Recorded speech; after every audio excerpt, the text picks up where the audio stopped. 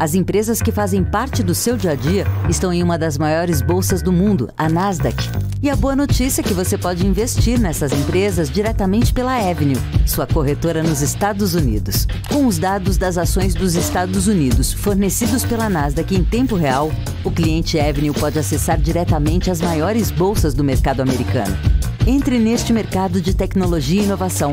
Acesse avenue.com.br/Nasdaq e seja bem-vindo ao mercado global. EQI Investimentos, o parceiro que me orienta na hora de investir e que me dá autonomia para conquistar meus objetivos. E você, que tal começar a investir nas suas escolhas? EQI Investimentos, invista em suas escolhas. PMC News, informação que gera valor.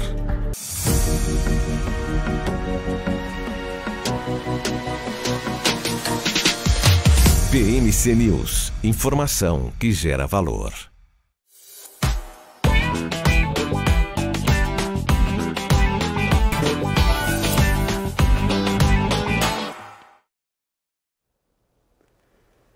Sejam todos muito bem-vindos ao BMC Stock de hoje, quinta-feira, dia 31 de agosto.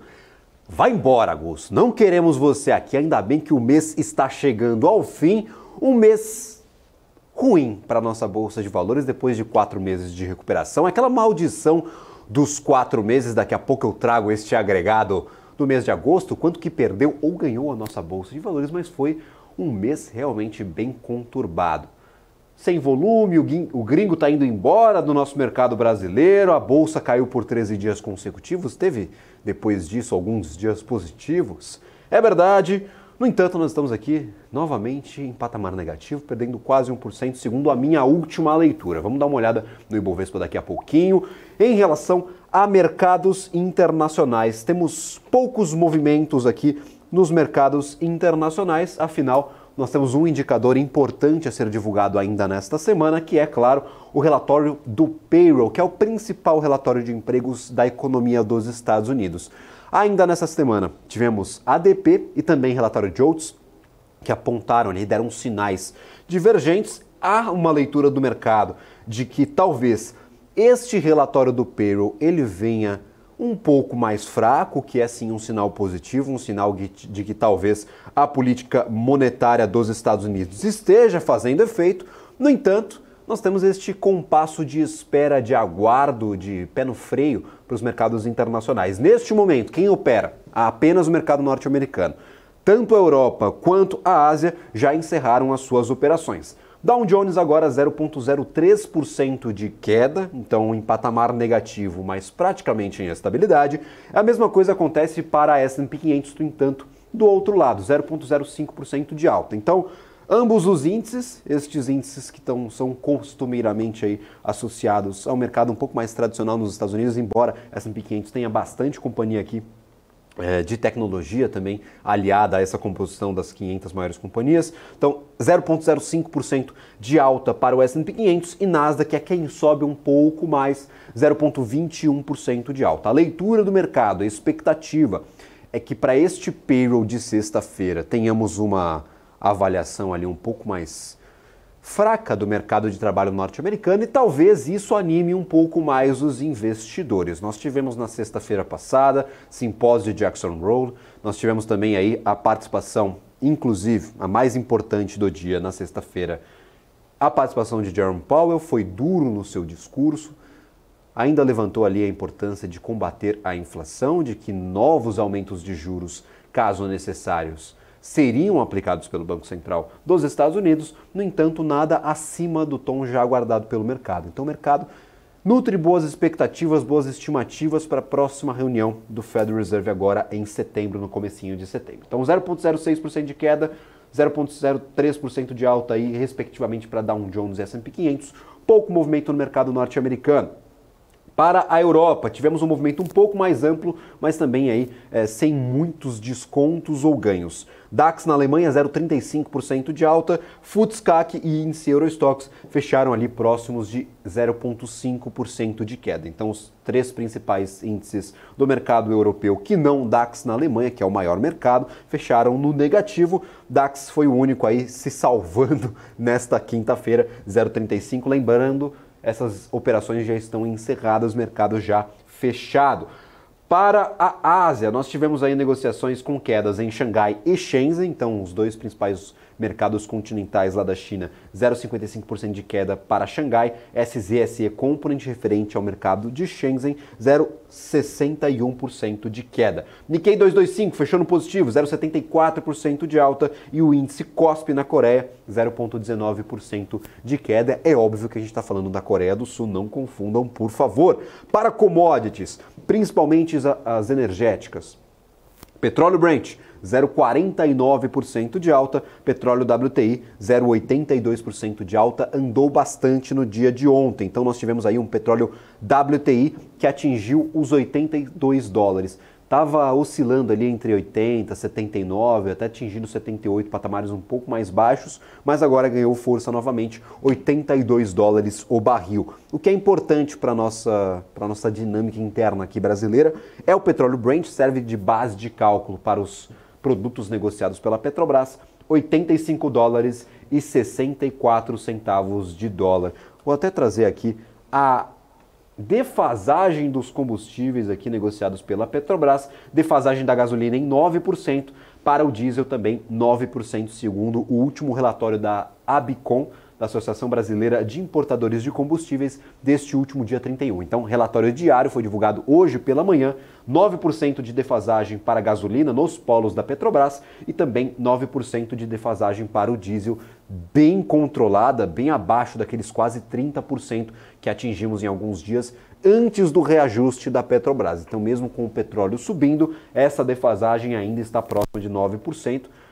Não é uma defasagem que era costumeira para a Petrobras antes da mudança, antes do abandono do PPI, mas agora nós temos, claro, uma nova política de preços para a estatal e agora 9% está bem melhor que aqueles 30% que tínhamos negociados aí em alguns dias atrás, antes daquele reajuste bem relevante da companhia, até surpreendendo o mercado internacional. Para títulos de 10 anos nos Estados Unidos, nós tivemos um bom afrouxamento nos últimos dias, títulos que chegaram a bater na semana passada 4,36, neste momento 4%, 4,07% de rentabilidade para os títulos de 10 anos, a T-Note de 10 anos lá nos Estados Unidos. Então o mercado de juros nos Estados Unidos se desestressou um pouco com os últimos relatórios divulgados, principalmente o ADP e JOLTS, payroll sai amanhã. Caso tenhamos uma surpresa muito negativa para o payroll, aí nós podemos ver aí, talvez um aperto um pouco mais severo nesses juros norte-americanos que serão refletidos aqui no nosso mercado brasileiro. Falando sobre o noticiário corporativo, o que está acontecendo com o nosso mercado brasileiro? A Natura, olha só, voltando aos noticiários, contratou efetivamente o Morgan Stanley para negociar a venda da marca The Body Shop. A decisão faz parte do planejamento de ajuste do balanço da empresa após a venda da Aesop para a L'Oréal. O contrato com o Morgan Stanley visa explorar alternativas, incluindo a venda ou entrada de um investidor para a recuperação da companhia. A Natura havia adquirido a The Body Shop 6 anos atrás por cerca de 1 bilhão de euros. Então, foi um negócio, uma transação bem relevante para a Natura, que agora se desfaz de alguns desses ativos que detém no portfólio. A Aesop foi o primeiro deles, agora a The Body Shop, depois desta confusão, claro, com as operações da companhia, operações bem pressionadas, não vem cumprindo com as expectativas do mercado dos analistas em relação à sua lucratividade, às suas margens, e agora se desfaz de alguns ativos, no caso a Aesop já foi concluída e, claro, The Body Shop está sendo analisada. Continuando no noticiário corporativo, a Americanas adiou novamente a divulgação dos seus balanços referentes a 2022 e a versão corrigida do balanço de 2021, após inconsistências de mais de 20 bilhões de reais. Somando tudo, nós temos uma companhia com uma dívida de 40 bilhões de reais, então bem relevante. A dívida anterior da empresa já assustava o mercado e esses 20 bilhões adicionais aí jogaram um balde de água fria nos investidores, pegaram todos de surpresa e já foi classificada essa inconsistência como fraude, inclusive pela própria companhia em um comunicado a mercado. A nova data estipulada para estes balanços de 2022 e 2021 que serão revisados é de 31 de outubro. A CPI da Americanas na Câmara dos Deputados também deve ser prorrogada por mais 15 dias. A Guararapes também renovou a sua parceria com a Midway, com a seguradora com a seguradora Zurich, ampliando a venda de produtos de proteção em mais de 330 lojas Riachuelo, além de canais digitais e call centers. A Midway já possui 2.100.000 apólices ativas, principalmente através dessa parceria que existe há mais de 20 anos. Novos produtos como o seguro prestamista e também a proteções diversas serão adicionados ao portfólio com a ampliação desta parceria. Dadas esses destaques, na verdade, do mercado corporativo, vamos dar uma olhada em como está negociando o Ibovespa, agora um pouco menos pior. Eu vou me utilizar e abusar aí da permissão do português. Estamos um pouco menos piores do que estávamos há alguns minutos atrás. 116.739 pontos, 0,68% de queda. O volume até um pouco mais relevante do que o volume do dia anterior, 7.590 bilhões de reais. Neste mesmo horário, ontem, nós tínhamos aproximadamente 5 bilhões de reais negociados para a Bolsa Brasileira, no caso aqui o Ibovespa. Então, já é um avanço bem relevante. 0,68% de queda, dólar futuro, como está a nossa moeda em paridade ao dólar comercial futuro nesses contratos? 1% de alta, subindo com bastante força, muita ênfase, retomando aqui R$ 4,96. Subiu de elevador, caiu de elevador, se despencou ali do terceiro andar do prédio. Foi uma queda bem significativa aqui na semana passada, ficou alguns dias oscilando ali naqueles R$ 4,80, R$ 4,88, R$ 4,89 e agora volta aos R$ 4,96. Não é a máxima do dia, nós tivemos aí a máxima do dia atingida pela companhia nos R$ 4,98. Então se aproximou dos R$ 5, não rompeu os R$ 5, novamente aí, repetindo o movimento de alguns dias atrás e agora R$ 4,96. Ibovespa 0,69% de queda e Via, olha só, um destaque especial para a Via, especial do lado negativo, tá, gente? Não temos notícias interessantes aqui para o ativo. No mês, vamos dar uma olhada em como que Via está operando neste mês de agosto. Este é o último dia, então o apanhado mensal aqui já serve para o fechamento do mês. Claro, a gente vai ter alguma mudança até às 5 horas da tarde, fechamento do mercado, mas isso aqui já deve servir como uma base. Nós tivemos 40% de queda para o ativo apenas em agosto, tá bom? 40% de queda, seguindo, claro, algumas notícias bem ruins para a empresa. Nós tivemos um movimento praticamente aqui, ó, em linha reta para baixo, mais de 40% negociados aí com desconto para a companhia, principalmente depois de algumas notícias referentes, claro, ao aumento de capital social da empresa. Acabou de emitir um comunicado do mercado, inclusive no dia de hoje. Essa possibilidade vai ser aprovada ou não em uma Assembleia Geral Extraordinária convocada para esta sexta-feira. Então amanhã teremos a conclusão ou a solução deste caso. Será que a Via vai realmente fazer uma nova oferta de ações, colocar mais ações no mercado? Segundo a companhia, essa nova oferta que está sendo projetada pela administração deve envolver cerca de R$ 1 bilhão. Então mais R$ 1 bilhão entrariam no caixa da companhia e seriam emitidas novas ações. Qual que é o problema disso? Quem já estava posicionado, quem tinha participação na companhia, se não participar dessa nova emissão, se não colocar mais dinheiro na empresa, terá a sua participação diluída, terá seu poder, talvez de voto, inclusive dentro dessa empresa, diluído conforme o tempo passa. Os acionistas de referência já se demonstraram dispostos a colocar dinheiro na empresa, nessa nova oferta. No entanto, justifica, né, estes quase 8, deixa eu contar aqui, ó, 1, 2, 3, 4, 5, 6, 7, 8, 9 pregões consecutivos de queda para a Via.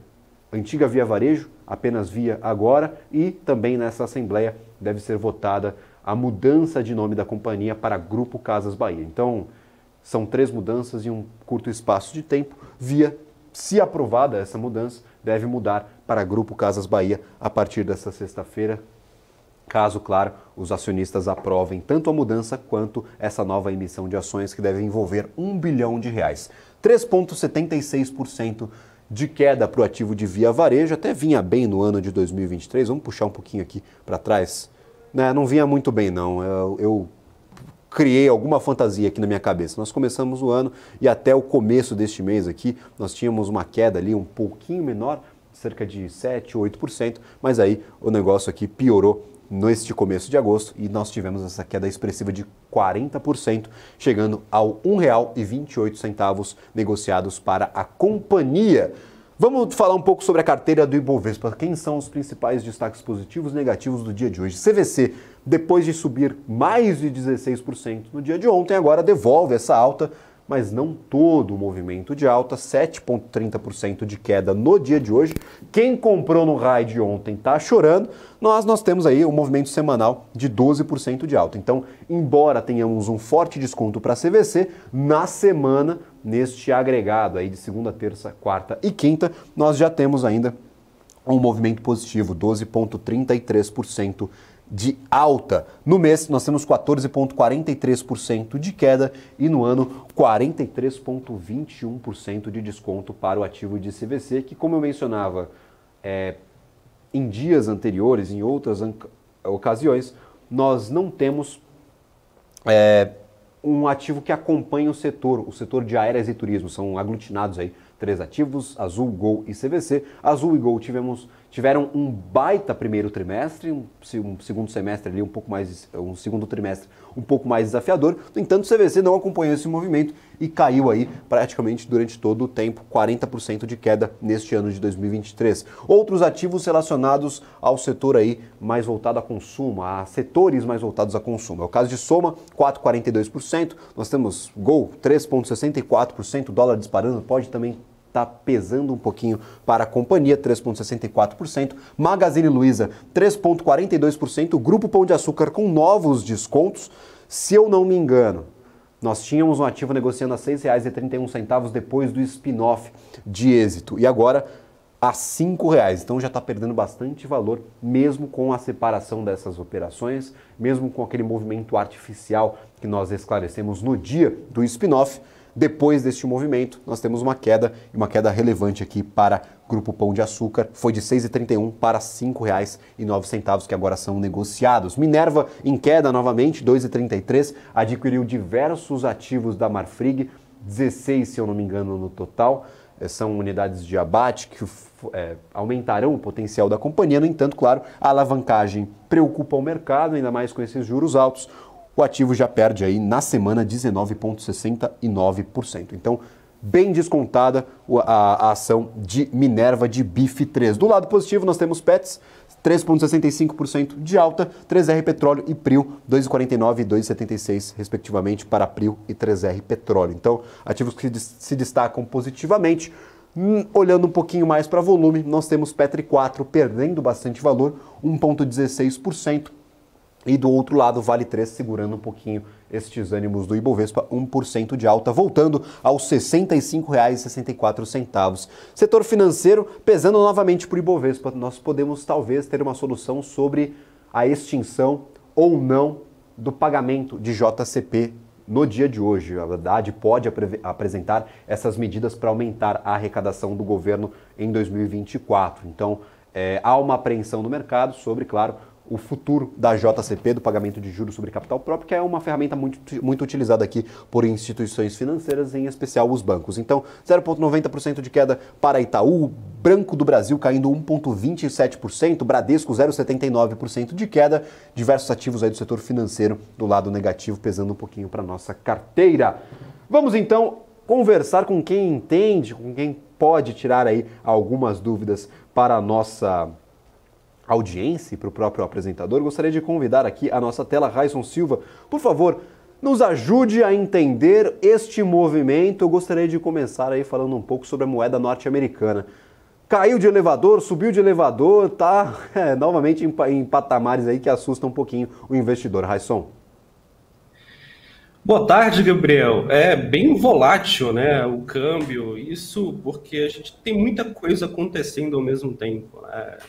Essa semana, por exemplo, nós temos vários indicadores econômicos norte-americanos saindo. A gente tem alguns indicadores também importantes saindo na China. Então, por um lado, a gente tem indicadores fracos, sinalizando uma possível retomada de estímulos lá fora, né, no caso da China. Por outro lado, a gente tem as commodities tentando valorizar, e no meio dessa confusão toda do contexto externo, né, a gente também tem questões domésticas aqui para serem definidas, né? Então tem ali o cenário fiscal ali meio indefinido, e hoje parece que é um dia que tem muitas coisas ainda para sair, né? Então é dia que a gente pode ainda ter algumas reviravoltas, né? E tudo isso com certeza reflete aí principalmente na moeda, né? Que é mais sensível aos dados econômicos. Lembrando aí, Raísson, só uma informação importante: nós tivemos um aviso à imprensa espalhado pelo Ministério do Planejamento e também pelo Ministério da Fazenda, indicando que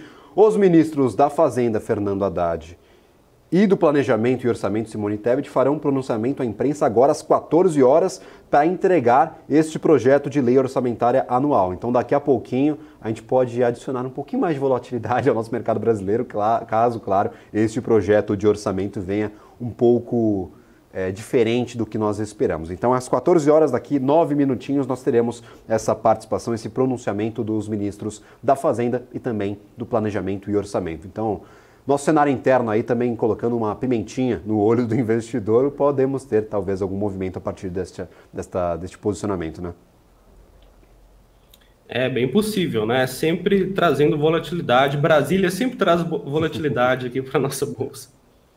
Maravilha. E aí, por exemplo, olhando especificamente para este movimento, você falou que o câmbio está bem volátil, nós tivemos indicadores de emprego nos Estados Unidos, PMI da China, que também não anima, mas aquele negócio, não anima, demonstra fraqueza, mas aí todo mundo fica esperando incentivos. Então, são informações difíceis de serem analisadas que vêm da economia chinesa. Olhando mais para o movimento, é um movimento errático, um movimento que não deve ser considerado aí na análise com um pouquinho mais de amplitude? Como que este movimento do dólar hoje impacta ou não na estratégia de investimento de alguns investidores que podem estar nos acompanhando?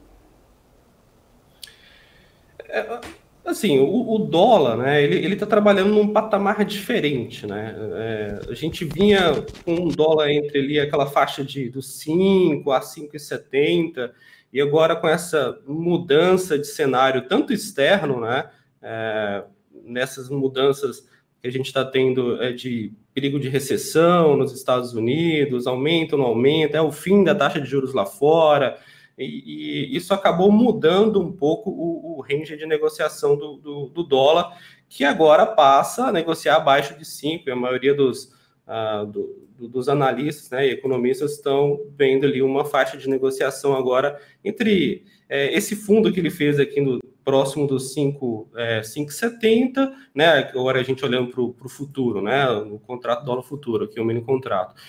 Ali próximo dos 5,75, 5,70 até a região dos 5. Então a região dos 5, ela é sim uma região bastante relevante, ela é um divisor de águas.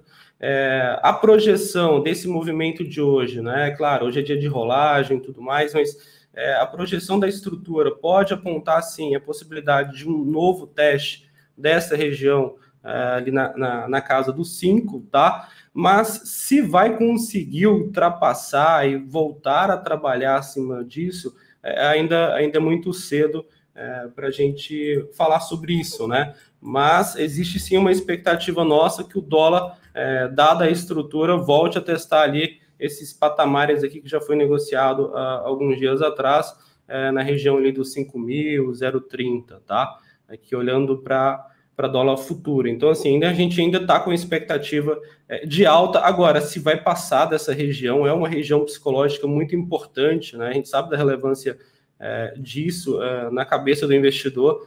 Então, pode ser que ele tenha um pouco de dificuldade, ele pode, sim, voltar dentro de uma estrutura lateral a testar esses patamares mais baixos aqui na região dos 4,90, depois que testar, né, lá em cima, quem sabe voltar a testar essa região aqui dos 4.870, até voltar ali nos 4.880 mais ou menos, tá? Então, dentro de um contexto mais lateral, um range amplo de negociação, assim, tá apontando para esse teste lá nos 5.030, mas a gente ainda não acredita nesse rompimento nesse primeiro momento, tá? Maravilha, Raíssa, vou fazer o seguinte, a gente vai para um rápido intervalo, você fica comigo, continua aqui com a nossa equipe. Nós estamos aguardando, esperando ansiosamente por este anúncio do projeto de lei orçamentária anual. E claro, estamos atentos, traremos todos os avisos, as novidades aqui na nossa programação. Então vamos para um rápido intervalo. Na volta a gente continua falando sobre o mercado financeiro brasileiro e, claro, aguardando este pronunciamento dos ministros da Fazenda e do Planejamento e Orçamento, Fernando Haddad e Simone Tebet. PNC News. Informação que gera valor. O que acontece no mercado financeiro no Brasil e no mundo está na BMC News. São 24 horas de programação para ajudar o investidor na melhor tomada de decisão. Independência e jornalismo sério. Não estamos plugados em nenhuma instituição financeira. Isso nos dá liberdade de levar a informação sem nenhum viés e sem conflitos de interesse. Ser a ponte entre as notícias, empresas, especialistas e os investidores. Tudo de uma forma dinâmica e com uma pitada de bom humor. Informação que gera valor, você sempre vai encontrar na BMC News.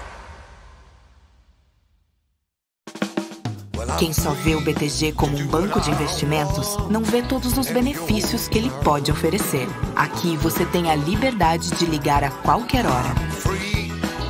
E tem a confiança de contar com o time BTG. É você no controle da sua vida financeira de um jeito simples e compatível com a sua rotina. O BTG reconhece quem é você e está pronto para potencializar a sua trajetória. As empresas que fazem parte do seu dia a dia estão em uma das maiores bolsas do mundo, a Nasdaq. E a boa notícia é que você pode investir nessas empresas diretamente pela Avenue, sua corretora nos Estados Unidos. Com os dados das ações dos Estados Unidos fornecidos pela Nasdaq em tempo real, o cliente Avenue pode acessar diretamente as maiores bolsas do mercado americano. Entre neste mercado de tecnologia e inovação. Acesse avenue.com.br/Nasdaq e seja bem-vindo ao mercado global. Conheça a Brasil Paralelo, o único streaming que oferece uma experiência completa e começa antes de cada filme com a sinopse em vídeo e continua depois que os filmes acabam com as análises e podcasts sobre o que acabou de assistir. Somos o grupo de comunicação que produziu Brasil, a Última Cruzada, a série de história que mudou a forma do brasileiro olhar para o seu passado. Junte-se às mais de 600 mil famílias que assinam a BP. Entre no site brasilparalelo.com e faça sua assinatura. PNC News. Informação que gera valor.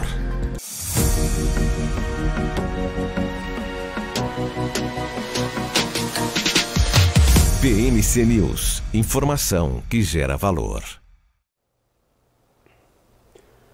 Estamos de volta com o BMC Stock, continuando a nossa conversa sobre o mercado financeiro. Raíssa, eu vou me dar a liberdade de perguntar sobre uma companhia que acabou de sair do nosso estúdio aqui. A gente fez uma gravação com o CEO da São Carlos, administradora de propriedades comerciais. Eu queria dar uma olhada aí nos gráficos da companhia. Uma empresa que não está na carteira do Bovespa, normalmente nunca dentro do radar aí de muitos investidores, mas eu sempre gosto de fazer essa relação e já anunciar inclusive a participação do CEO. Lembrando, o BMC Business vai ao ar toda terça e quinta às 10 horas da noite. Já nos próximos eventos aí, quem sabe hoje ou na terça-feira, nós teremos a participação do CEO da São Carlos aqui na nossa programação para tirar um pouco das dúvidas sobre o portfólio. Agora, sobre o movimento gráfico, eu vi este gráfico antes de nós entrarmos aqui. O ativo bateu lá nos R$11 e duplicou o seu preço. Agora está em próximo ali dos R$24. SCAR3.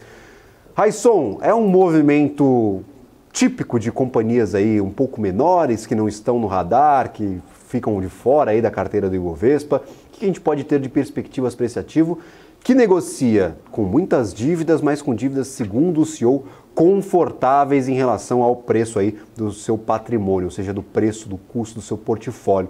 Mais de 5 bilhões de reais em portfólio, no entanto, uma dívida aí que chega a 1 bilhão e 800 milhões de reais. Então, essa relação é isso que o investidor tenta entender. Olhando para o gráfico, que informação a gente tem aí para complementar essa conversa? Por favor. Então, Gabriel, é um movimento de retomada mesmo, né? Bem bonita essa puxada que o ativo passou aqui nos últimos meses, né? Acompanhando mesmo essa retomada do mercado. voltando praticamente em V para um patamar que ele vinha aqui atrás consolidando, né?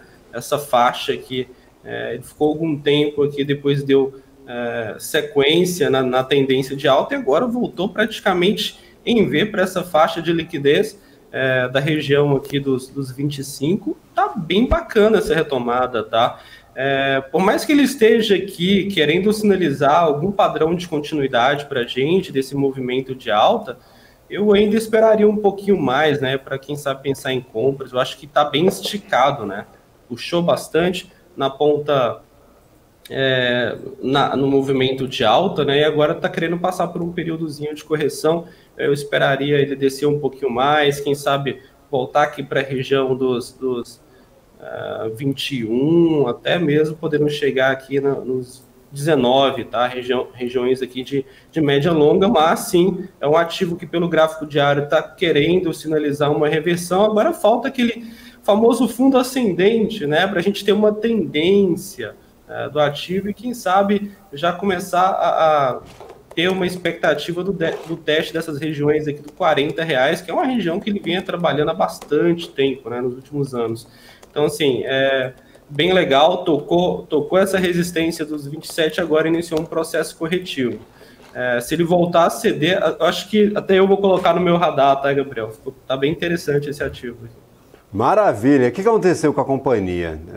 Praticamente ele tem uma dívida alta, mas confortável em relação, claro, ao seu modelo de negócios, mas quando a gente olha para o resultado, está pagando de juros praticamente o que gera de receita. E aí o investidor fica com aquele pé atrás, mas começou a vender ativos, aqueles 5 bilhões de reais de patrimônio que tinha dentro do portfólio, começaram a ser vendidos, então já vendeu 500 milhões de reais neste primeiro semestre, pretende vender mais ativos para equalizar essa dívida aí que está sendo paga no curto prazo, antecipar um pouco alguns vencimentos. Então, ativo interessante. Ficou curioso? Você que está nos assistindo, acompanha a programação da BMC News, o CEO veio tirar todas as dúvidas aí, não só do repórter, mas também do Marcos Saravari, que participou conosco da conversa. Toda terça e quinta, 10 horas da noite, tem um CEO ou CFO falando conosco, então é sempre uma conversa interessante. Às vezes você olha para o fundamento, depois vai olhar para o gráfico e fala, pô, que baita oportunidade, que olha esse movimento interessante. Ou às vezes você olha para o gráfico, depois vai conversar com a companhia e fala, o gráfico não está representando talvez o que está acontecendo ali internamente na operação. Sempre uma relação interessante, utilizar essas diversas ferramentas, contar com estes profissionais, no caso o Raisson, que nos ajudam aí a entender estes movimentos, tem a expertise necessária para analisar gráficos, utilizar essas ferramentas super importantes. Então, o investidor tem que pegar um pouquinho de cada lado ou, claro, tecer a sua estratégia de investimentos ali. Ah, não, vou só olhar para o gráfico, vou aproveitar oportunidades de curto prazo. Aí depende, claro, da sua estratégia de quem está nos assistindo, mas eu acho uma relação interessante.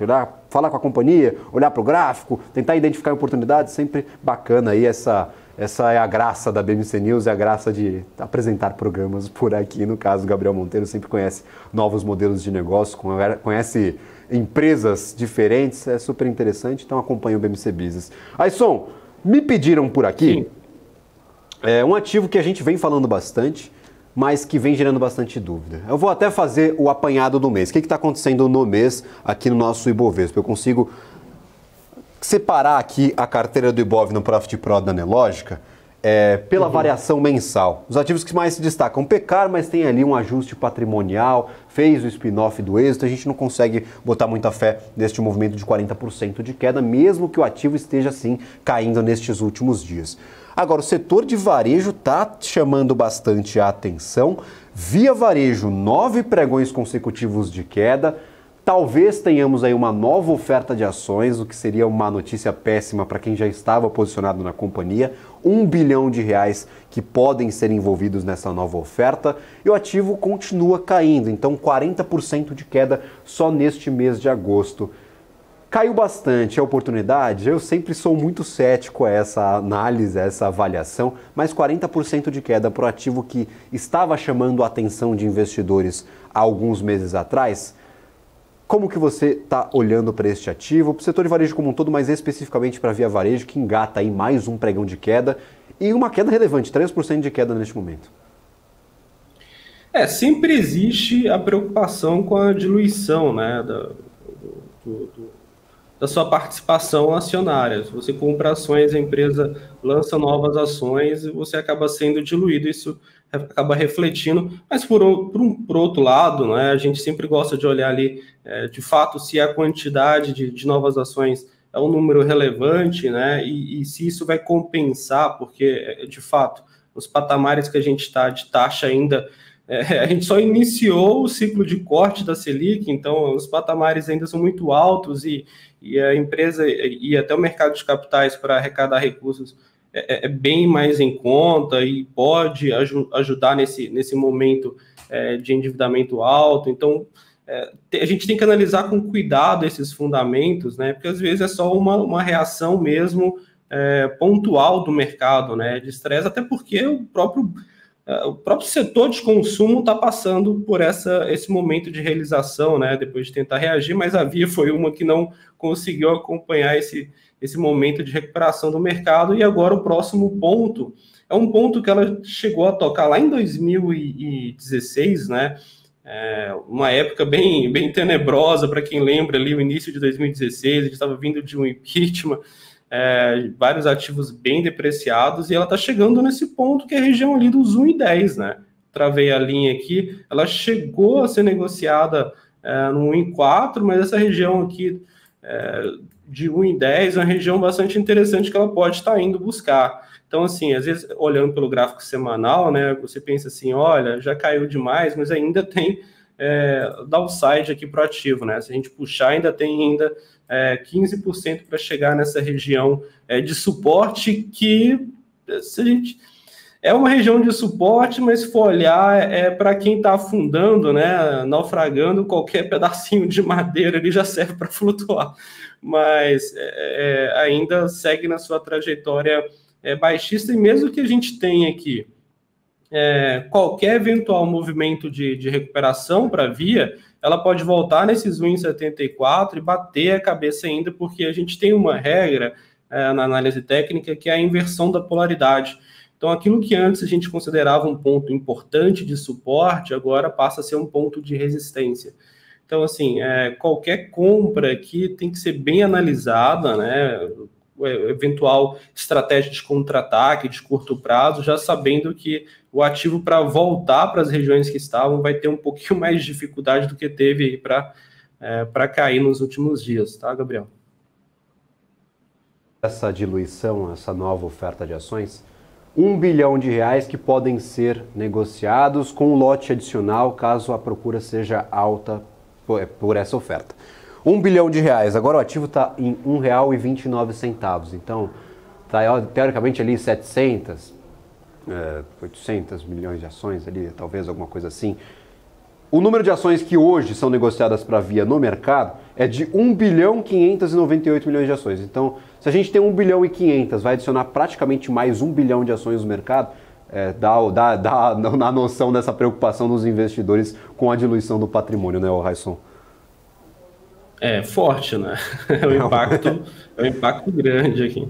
Significativo. Maravilha, eu gostaria de agradecer imensamente a sua participação. É sempre um prazer recebê-lo no nosso programa. Muito obrigado mesmo por compartilhar teu conhecimento conosco. Sempre, claro, está convidadíssimo a participar de próximas edições aqui do nosso BMC Stock e também do restante da nossa programação ao vivo. O prazer é todo meu, Gabriel. Obrigado. Maravilha. E agora, claro, como todas terças e quintas, temos o RI em Pauta, quadro exclusivíssimo aqui do nosso programa, promovido pela MZ. Acompanhe.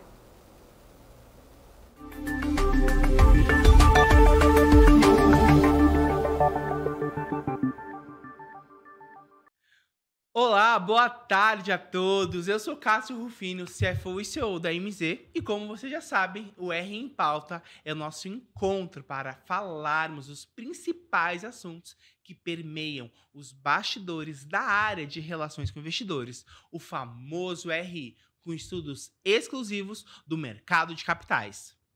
E hoje, o nosso tema por aqui são os relatórios de sustentabilidade. Como vocês devem saber, um dos temas mais discutidos no meio corporativo é o famoso ESG, o I de Environment, que significa ambiental, o S de Social, social, e o G de Governance, de governança.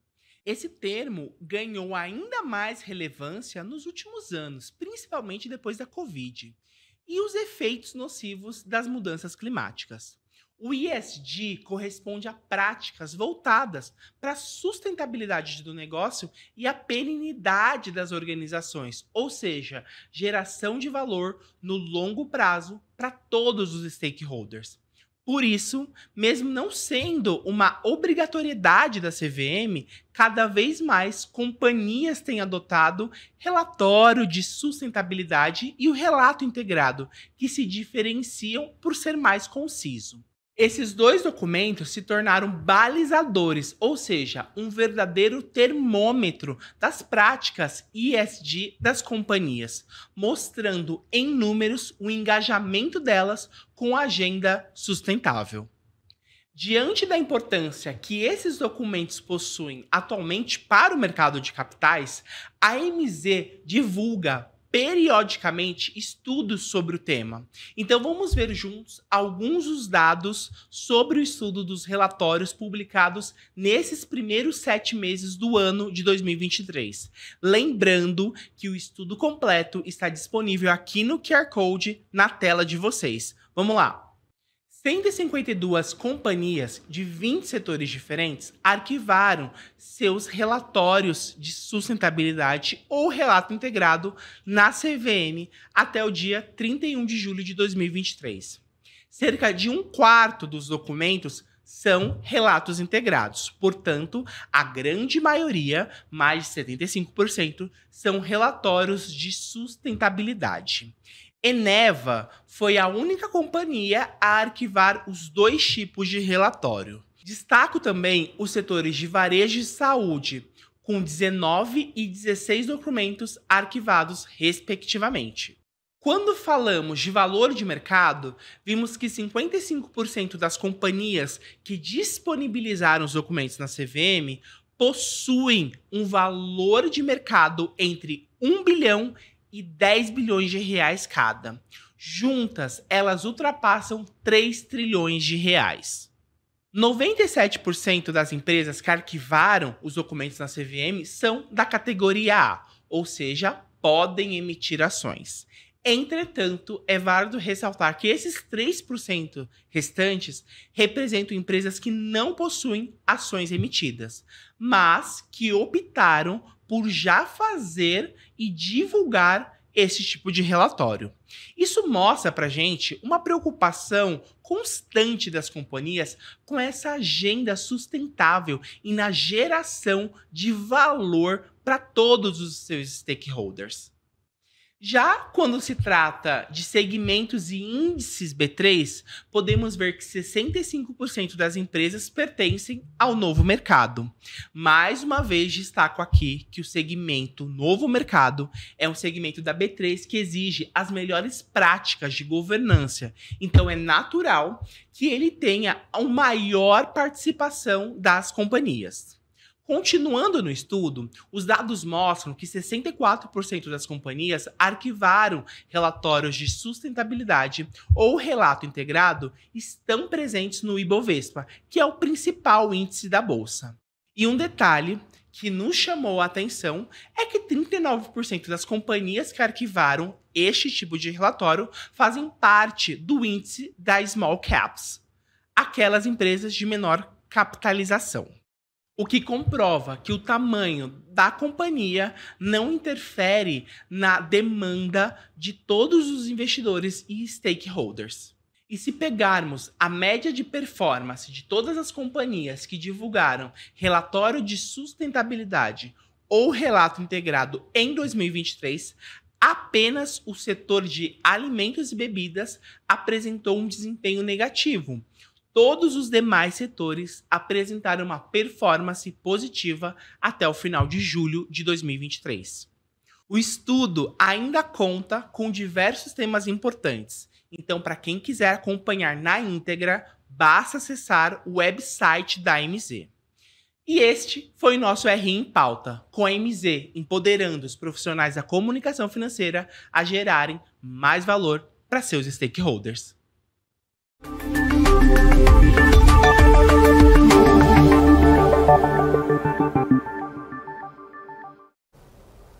A A MZ sempre com estudos interessantíssimos, não só para os profissionais de relações com investidores, mas também para outros agentes de mercado, investidores efetivamente. Um estudo super bem apurado sobre ESG, interessantíssimo para você que perdeu o QR Code. Estava aparecendo aí na tela, não conseguiu escanear, mzgroup.com.br, só visitar o website da companhia e, claro, ter acesso a esses estudos exclusivos que aparecem por aqui todas as terças e quintas no quadro RI em Pauta do nosso BMC Stock. Muito obrigado, MZ, por compartilharem este conhecimento e, claro, estes estudos conosco e com nossa audiência. Para você que está nos acompanhando neste momento, são 14 horas e 15 minutos. Como tudo no governo, nós temos um atraso na coletiva de imprensa de Simone Tebet e Fernando Haddad, ministros da Fazenda e também do Planejamento e Orçamento, para apresentar essa proposta de lei orçamentária anual. Então, nós devemos ter uma proposta que venha em linha com o déficit zerado em 2024 e, em seguida, talvez ainda no dia de hoje, a Fazenda pode apresentar medidas para aumentar a arrecadação da União no ano que vem. Então, medidas que já passaram pela tributação de fundos exclusivos, foi anunciada nesta segunda-feira, a tributação de offshores, que foi retirada da medida provisória do salário mínimo e deverão ser encaminhadas como um projeto de lei à Câmara dos Deputados, também talvez a extinção do pagamento de juros sobre capital próprio de JCP. Tivemos alguns indicativos positivos no dia de ontem, nesse começo de semana, na verdade. Bancos andaram bastante com talvez a não extinção da JCP, só algumas mudanças nessas regras. No entanto, nós, claro, estamos à mercê do que será apresentado nestes próximos dias ou talvez ainda no dia de hoje pela Fazenda, nestas propostas de aumentar a arrecadação do governo. O Ministério do Planejamento e Orçamento, na figura do secretário executivo, nesta semana conversou conosco e disse que se talvez as despesas forem maiores do que a arrecadação, o governo tem duas alternativas, ou encaminhar novas propostas para aumentar a arrecadação ou também rever o potencial ali de diminuição de despesas, de otimização de alguns serviços prestados. Então, temos este posicionamento oficial do Ministério do Planejamento e Orçamento. Hoje teremos a entrega desta proposta de lei orçamentária anual da PELOA para o Congresso. Então, claro, estamos atentos aí ao que realmente estamos procurando. Vamos agora escutar, então, Tebet e Haddad, ministros do Planejamento e Orçamento e da Fazenda, respectivamente, anteciparmos rapidamente a proposta de lei orçamentária anual. O orçamento ainda não chegou dentro do Congresso Nacional, nós temos o prazo até às 19 horas, chegará um pouco antes disso, já saiu do Ministério da Fazenda, já foi checado, já saiu do Ministério do Planejamento e Orçamento, encontra agora em fase final apenas na Casa Civil. Então, acredito que até às 18 horas, provavelmente, o orçamento possa estar chegando no Congresso Nacional. Digo isso porque não são todos os números que podemos tratar, não é este o objetivo também da nossa reunião com as senhoras e com os senhores. Teremos uma coletiva, sim, como é de praxe, formada pelos técnicos do Ministério da Fazenda e do Ministério do Orçamento, de preferência ainda hoje, né, se chegar, como acreditamos que vai chegar até às 18 horas, podemos estar fazendo a coletiva às 19, ou do contrário, um pouquinho depois disso. Mas essa é uma discussão ainda que está sendo feita pelos nossos técnicos. Eu quero, muito rapidamente, antes de passar a palavra para o ministro Haddad, é uma alegria muito grande tê-la aqui, afinal já tínhamos recebido pelo menos esses espaços públicos, porque aqui normalmente nós já tivemos a presença do ministro Haddad, já tínhamos tido a presença do presidente Lula, estávamos aguardando agora aqui no plenário a presença do ministro Haddad aqui conosco. Eu gostaria apenas de dizer que este orçamento público federal que está indo para o Congresso Nacional, o senador Randolph leve esta mensagem também aos colegas líderes, deputados e senadores, foi um orçamento que exigiu de todos nós grandes desafios. Um orçamento que, segundo os nossos servidores, APOs, foi o orçamento mais complexo de toda a sua história, porque tivemos que trabalhar em cima praticamente de 3 regras fiscais. O teto de gastos vigente, né, uma PEC da transição que nos permitiu um espaço no ano de 2023, aliado à aprovação logo agora, ontem praticamente, porque foi sancionado, da nova regra fiscal sustentável para o Brasil, que agora é uma lei complementar, um número muito bonito, lei complementar número 200. Então, tendo em vista isso, o fato de que tivemos essa regra da transição antes mesmo da aprovação da medida provisória que nos permitiu a recriação de ministérios, o fato de termos um PPA que traz as diretrizes para a LOA, porque é uma peça orçamentária também tendo ainda sido apresentada só ontem, eu quero dizer da complexidade que foi o orçamento, isso única e exclusivamente para fazer um agradecimento muito, muito especial a todos os técnicos. Trabalharam 24/7, 24 horas, 7 dias na semana, claro que em sistema de mutirão, né, mas foi extremamente intenso. O importante, acho que essa mensagem positiva que eu queria deixar para vocês e para o Brasil. Nós estamos diante de um orçamento muito equilibrado, com todas as despesas contratadas, com todas as receitas muito bem delineadas, naquilo que a Receita normalmente faz, que é ser muito conservadora com os números. Então, diante disso, estamos entregando ao país um orçamento com o objetivo de alcançar, e com a certeza de que conseguiremos, apesar das dificuldades, alcançar a meta zero no ano que vem. Eu não vou aqui me delongar em relação a preliminares, quero passar agora a palavra para o ministro Haddad, porque depois da nossa conversa, repito, teremos muitos números positivos na coletiva para serem apresentados às senhoras e aos senhores. Muito obrigada.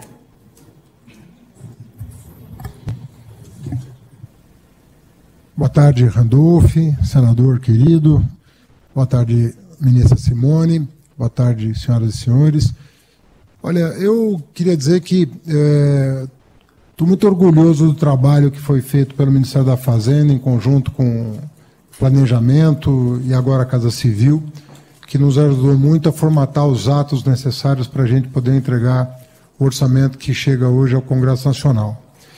Desde 2014, e mais especificamente a partir de 2015, nós estamos vivendo um problema crônico no Brasil, que é a erosão da base fiscal do Estado. Nós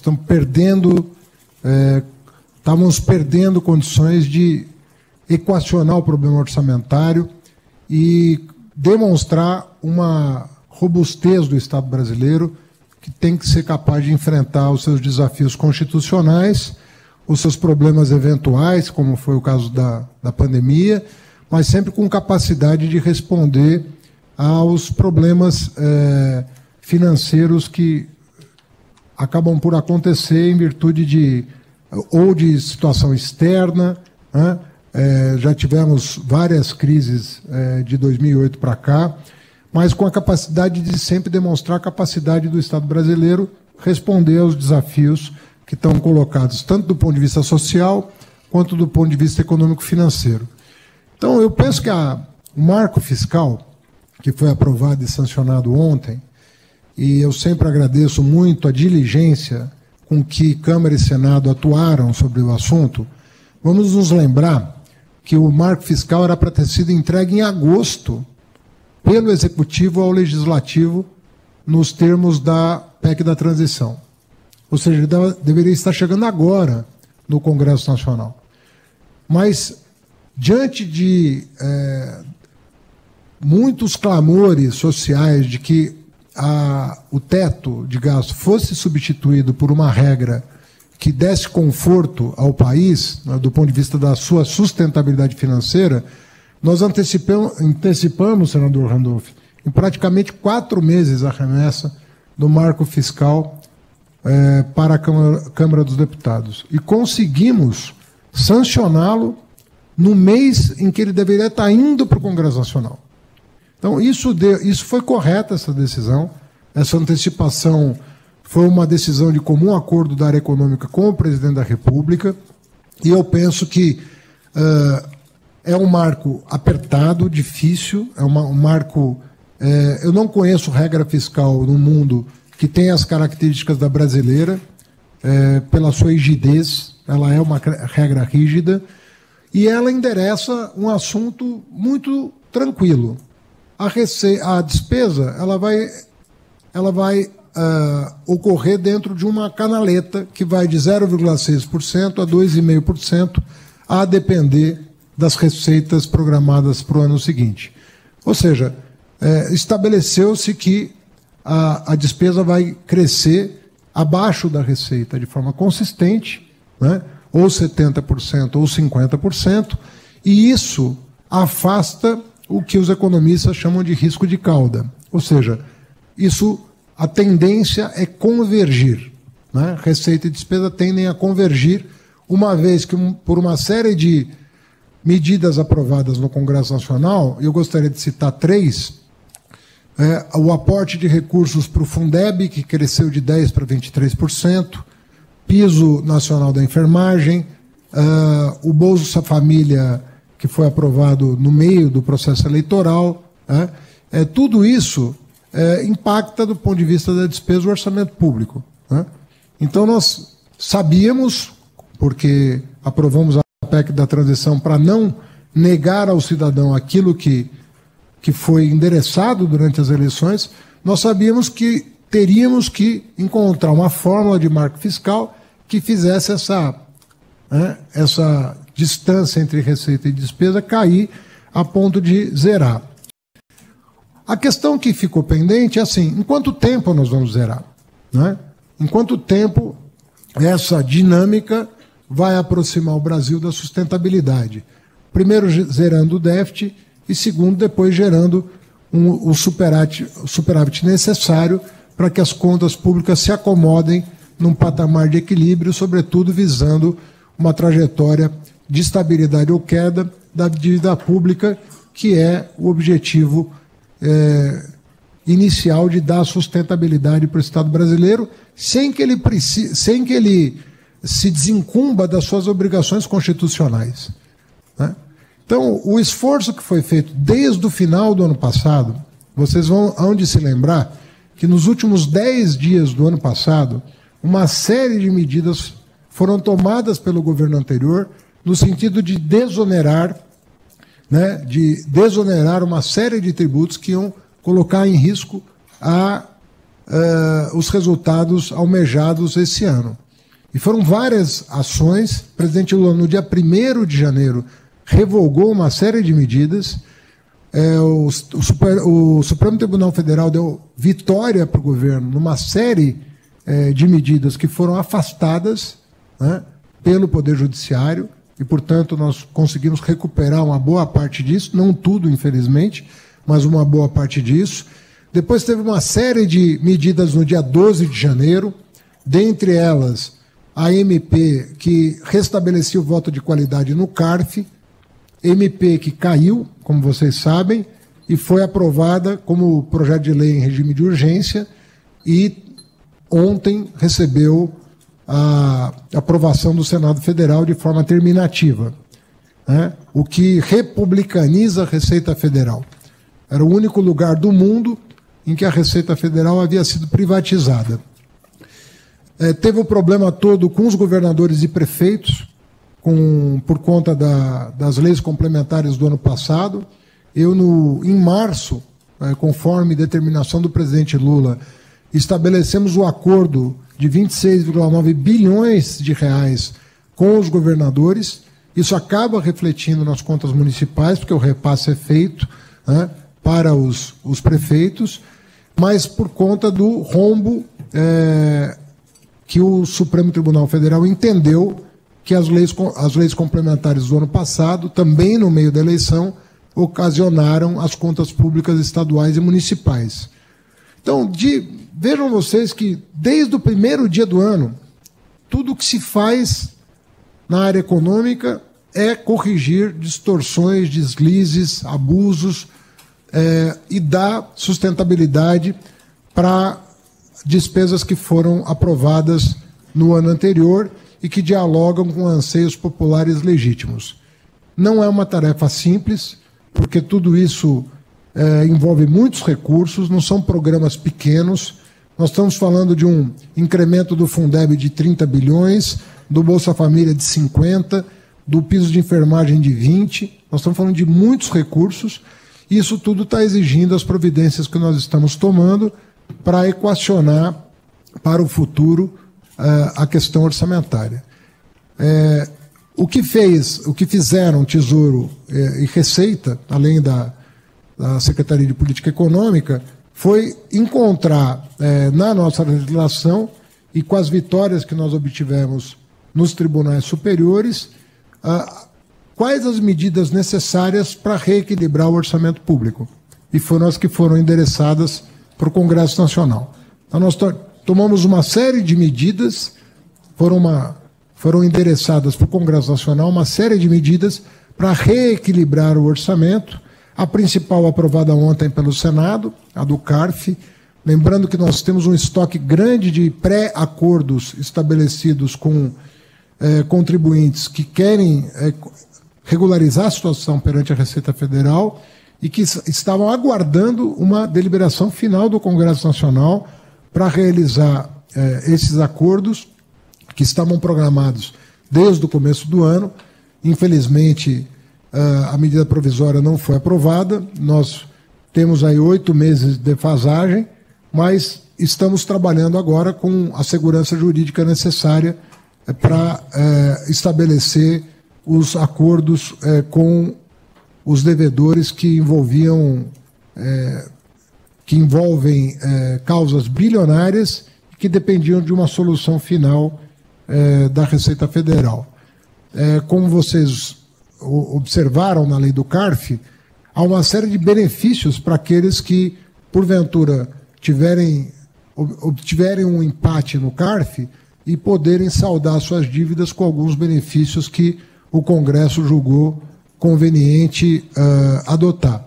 Isso vai melhorar o fluxo de resolução de conflitos tributários no âmbito da Receita Federal, no âmbito da PGFN, da Procuradoria-Geral da Fazenda Nacional, e vai restabelecer, nós não estamos mais otimistas do que isso, simplesmente restabelecer o fluxo original de resolução de conflitos que nós tínhamos previamente. Então, isso é uma medida importante.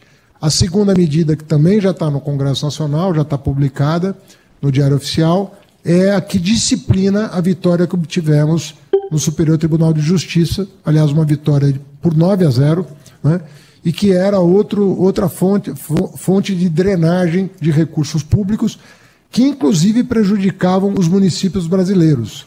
É bom que se diga isso, porque afetava a arrecadação de imposto de renda de pessoa jurídica, que é um elemento central da composição do FPM e do FPE. Então, essas medidas que já foram encaminhadas, fundos fechados, offshore, e agora com uma compreensão maior por parte de deputados e senadores da importância desses projetos, mais essa que foi aprovada, essa que foi endereçada hoje, dá para nós o conforto de buscar o resultado almejado. Eu quero só relembrar, para terminar, que a regra de gasto é uma coisa. Você vai andar dentro de uma faixa entre 0,6% e 2,5% de aumento real da despesa. E essa é a regra de gasto. Mas nós adicionamos à regra de gasto aquilo que nos parecia virtuoso da Lei de Responsabilidade Fiscal, que se perdeu nos últimos anos, que é justamente o cuidado com a receita. Porque se você não cuidar da receita, não adianta você congelar o gasto.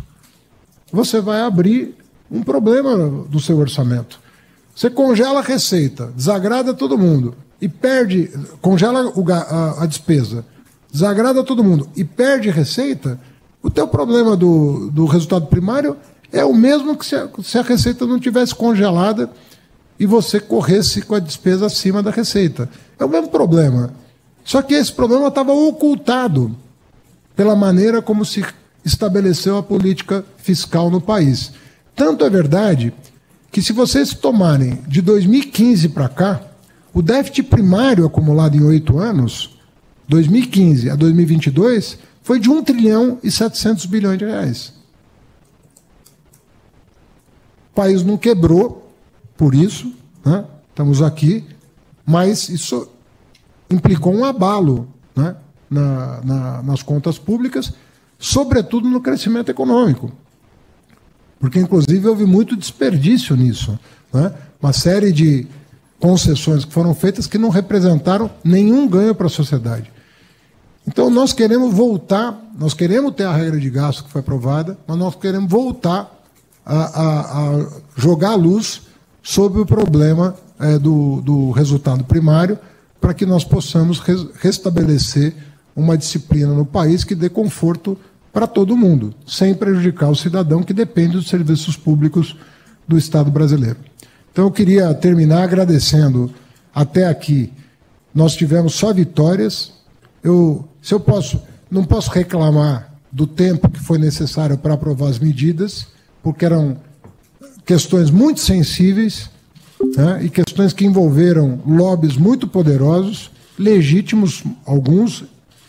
Não vou aqui discutir a faculdade que as pessoas têm de levar os seus pleitos para o Congresso Nacional, assim como o Poder Executivo faz, mas o fato é que houve uma intensa negociação para que nós chegássemos até aqui só com vitórias. Nós não tivemos nenhuma derrota nos 8 meses em que nós endereçamos várias medidas para o Congresso. Então, eu sempre que posso registro esse agradecimento, porque, de fato, por mais tensas que tenham sido as negociações, e as próximas serão discussões que vão envolver muitos interesses, mas o fato é que até aqui nós estamos com resultados satisfatórios. Poderíamos ter antecipado? Poderíamos, mas o fato é que esse é o estado da arte. O juro começou a cair, também a gente poderíamos esperar que isso acontecesse mais cedo? Poderíamos. O CARF poderia ter sido aprovado antes? Poderia. Mas o fato é que nós iniciamos uma trajetória, na minha opinião, virtuosa, de combater o desperdício, combater o desperdício, inclusive do ponto de vista de gasto tributário, e endereçar uma trajetória de política monetária que seja compatível com os objetivos fiscais do Estado brasileiro. Porque essas coisas, conforme eu digo, desde de dezembro, a política fiscal e monetária tem que conversar o tempo todo e tem que se harmonizar o tempo todo. Então, se os dois lados, os dois braços da política econômica fizerem o seu trabalho, a gente continuar cortando gasto financeiro, cortando gasto tributário e limitando a despesa primária nos moldes endereçados pelo arcabouço fiscal, eu penso que nós vamos ter uma trajetória virtuosa no Brasil. Tem muita coisa para acontecer, tem muita discussão para acontecer. Nós já estamos planejando 2024, porque nós sabemos que 2025 vai ser outra etapa da nossa jornada, e isso já começa a ser trabalhado pela Fazenda, mas o fato é que nós temos um objetivo claro de política econômica, que é dar condições para que nós tenhamos um crescimento sustentável no Brasil com inflação baixa. Lembrando que o Brasil tem hoje uma situação mais confortável que muitos países, tanto do ponto de vista fiscal quanto do ponto de vista da inflação. Se você pegar hoje a situação fiscal dos países e a situação da inflação nos países, você vai verificar que o Brasil está bem posicionado, embora o cenário externo seja muito desafiador, sobretudo de julho para cá. A situação se complicou no mundo, desaceleração forte na China, juros longos nos Estados Unidos preocupantes, Europa ainda com uma inflação resiliente, e tudo isso afeta o nosso comércio exterior, afeta fluxo de capital, afeta uma série de coisas, e nós temos que, além de resolver os problemas herdados, problemas domésticos herdados, estamos enfrentando problemas internacionais, globais, que estão se manifestando agora e que podem se dissipar a partir do ano que vem. É isso que eu queria dizer. Eu não sei como é que está programado aqui. 3 perguntas. Pedimos que fale em nome e veículo, por favor. Beleza. Boa tarde, ministros. É a Luai Cota, do jornal Valor Econômico. Ministro, a ministra Simone Tebet informou ontem que foi necessário elaborar um pacote de medidas de 168 bilhões, né, para alcançar o déficit zero. E até então se falava em 100, 130, o que já era considerado muito. Então, eu queria que o senhor comentasse um pouco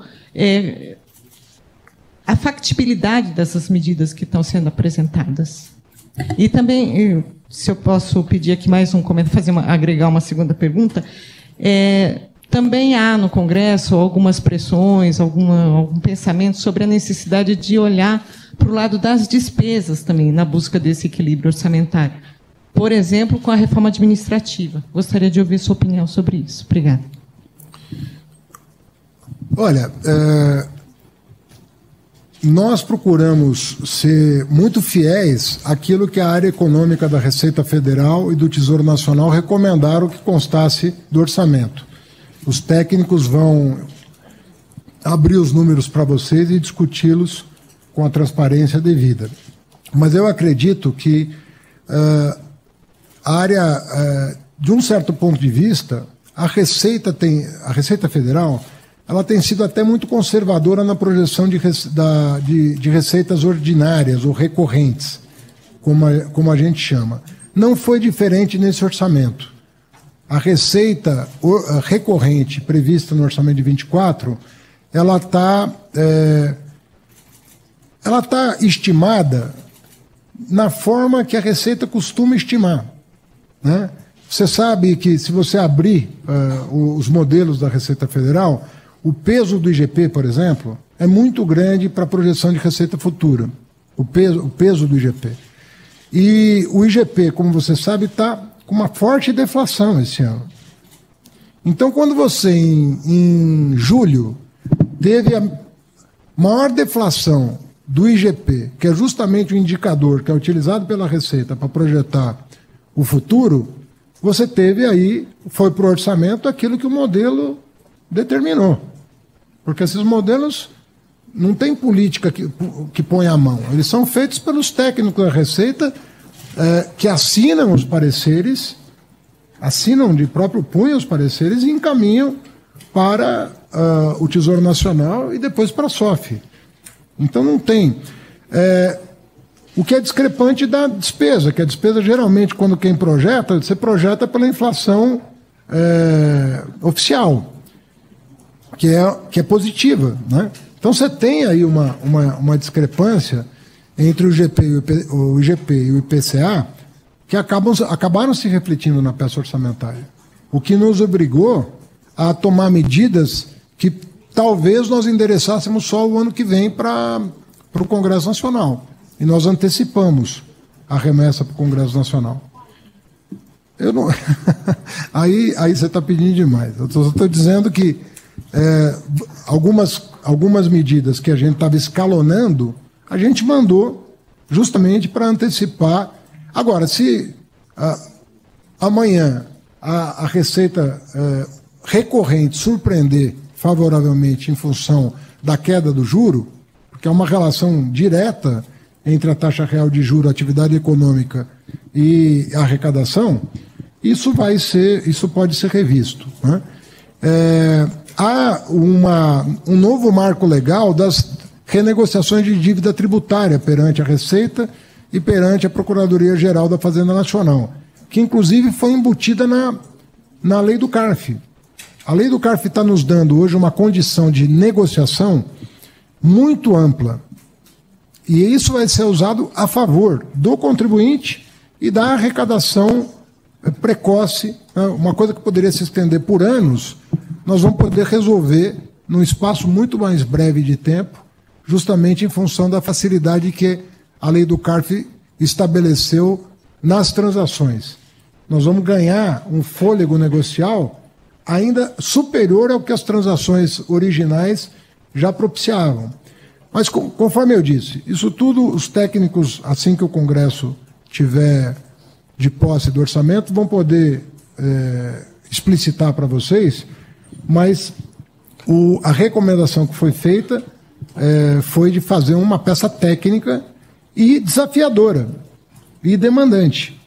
Então não está, como tudo desde o começo do ano, quando você herda o que nós herdamos, né, um orçamento com 230 bilhões de reais de déficit projetado, você tem um desafio enorme pela frente. Foi essa peça orçamentária que foi aprovada o ano passado no Congresso Nacional. um orçamento com 230 bilhões de déficit. É isso que nós chegamos depois que tudo que foi aprovado pouco antes ou pouco depois das eleições ou durante as eleições acarretaram de desafio fiscal para nós. Agora, nós não estamos negando o desafio. Nós não estamos negando o desafio. Nós não estamos negando a dificuldade. O que nós estamos afirmando é o nosso compromisso da área econômica em obter o melhor resultado possível, obviamente que levando em consideração a opinião do Congresso Nacional, que é quem dá a última palavra sobre esse tema. Mas eu creio que há um engajamento muito grande do Congresso até aqui com as medidas que estão sendo endereçadas ao Congresso. E não são medidas fáceis para o Congresso deliberar. Vamos reconhecer aqui mérito no Congresso Nacional. Não é fácil você restabelecer os padrões anteriores a esse período em que várias medidas exóticas, para dizer o mínimo, foram adotadas pelo governo, em prejuízo do erário público. Então, eu confio na equipe, eu penso que foi feito um trabalho técnico de excelente qualidade, não nego o desafio, mas eu penso que se nós não nos comprometermos com resultados consistentes, né, nós não vamos obter os melhores resultados econômicos. E eu tenho certeza que o Brasil está preparado para um ciclo virtuoso de crescimento se ele tomar as medidas necessárias, tanto do ponto de vista monetário quanto do ponto de vista fiscal. Porque essas são, repito, dois braços da mesma política econômica. Esses braços têm que trabalhar juntos em proveito de um crescimento sustentável no país. Mas que o Brasil está pronto para isso, basta fazer o que precisa ser feito para a gente atingir um objetivo. Ah, vai demorar mais 6 meses ou mais 3 meses, mas o fato é que o resultado vai chegar. O que nós não podemos é desistir dele. Não, só dizer, eu já passo para a semana, mas só lembrando, a regra de gasto, eu sempre lembro isso, porque isso parece que foge da atenção. Nós não temos mais, no Brasil, uma meta de primário dissociada da regra de gasto. Nós juntamos o que nos pareceu o melhor de 2 modelos e afastamos o pior dos 2 modelos. Juntamos o modelo da LRF, que estabelece um resultado primário, e juntamos com uma regra de gasto, que, na minha opinião, mais factível de sobreviver ao tempo do que a que foi estabelecida em 2017. Mas o canal da despesa, ele está estabelecido. A despesa não será menor do que 0,6% e não será maior do que 2,5%. Agora, evidentemente, aí chegando ao teu ponto, a Simone vai explorar isso melhor, hoje mesmo eu falei por telefone com o presidente Arthur Lira e nós conversamos sobre essa agenda. E eu falei, olha, o presidente, o Ministério da Fazenda e o Ministério do Planejamento estão à disposição das casas, tanto do Senado quanto da Câmara, para enfrentar esse debate. Nós não temos nenhum problema com isso. Inclusive desperdício, problema de fraude em cadastro, está cheio de coisas que nos interessa explorar da melhor maneira possível para atingir o resultado o quanto antes. Quanto mais cedo nós atingirmos os resultados econômicos, mais rapidamente o Brasil vai crescer. É isso. Eu queria só, muito rapidamente, complementar a colocação do ministro da Fazenda, até porque foi fruto da minha fala de ontem. A conta que o Ministério do Orçamento apresentou para a Fazenda foi de 1,68, mas essa é uma conta de receita bruta. Se não houve aumento de despesas por parte da União. É que nós temos que tirar aí as despesas, o repasse que nós estamos fazendo constitucional das transferências para os entes subnacionais. Então, tirando estados e municípios, né, fica por conta do governo federal uma despesa de 1,24. Então, fica dentro daquilo que vocês haviam projetado, 124 bilhões. Tá? Receita. Não, mas no sentido da despesa a ser contratada pela União, incluindo tudo. Quando eu tenho que colocar as transferências para estados e municípios, eu chego a uma receita bruta de 168. Tirando estados e municípios, eu estou dizendo para a Fazenda, olha, para manter o custeio da máquina, as políticas públicas necessárias e garantir os gastos públicos igualmente os gastos projetados em 2023, porque não está havendo aumento nesse aspecto, com raras exceções, depois eu posso mencionar, exceções constitucionais, eu preciso de 124 bilhões. Então, acho que ficou só aí uma falta de... nós tivemos 3 horas e meia de debates com muitos questionamentos para dizer assim, não está fugindo daquilo que a própria Fazenda já vinha dito, nem nós. Então, não houve um acréscimo aí de despesas. O segundo ponto que eu acho que é importante colocar é que, se vocês olharem pelo terceiro relatório do nosso Ministério de Gastos versus PIB, nós estamos dentro da média histórica dos últimos anos. O Brasil tem gastado algo em torno de 19, agora, nesse ano, foi o último relatório, 19,2 de gastos versus PIB, em percentual. Este orçamento que vocês vão ver, nós não podemos apresentar todos os números, está exatamente o despesa em 19,2. Então, não houve acréscimo de despesa.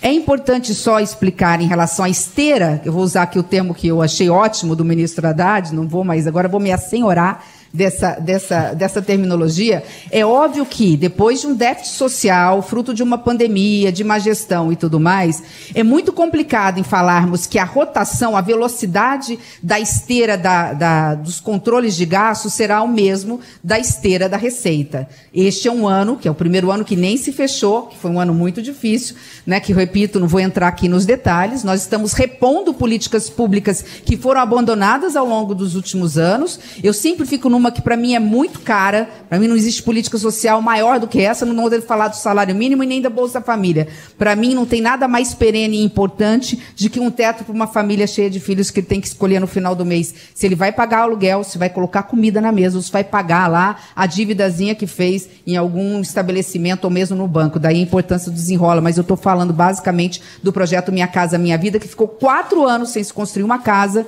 no faixa 1. Então, diante de todos esses cenários, o que eu quero dizer é que, embora estamos sim muito preocupados com o controle e corte de gastos públicos, para nós, nesse momento, neste ano de 2023, o que importa é qualidade dos gastos. E este orçamento vem já fazendo a primeira revisão de gastos públicos.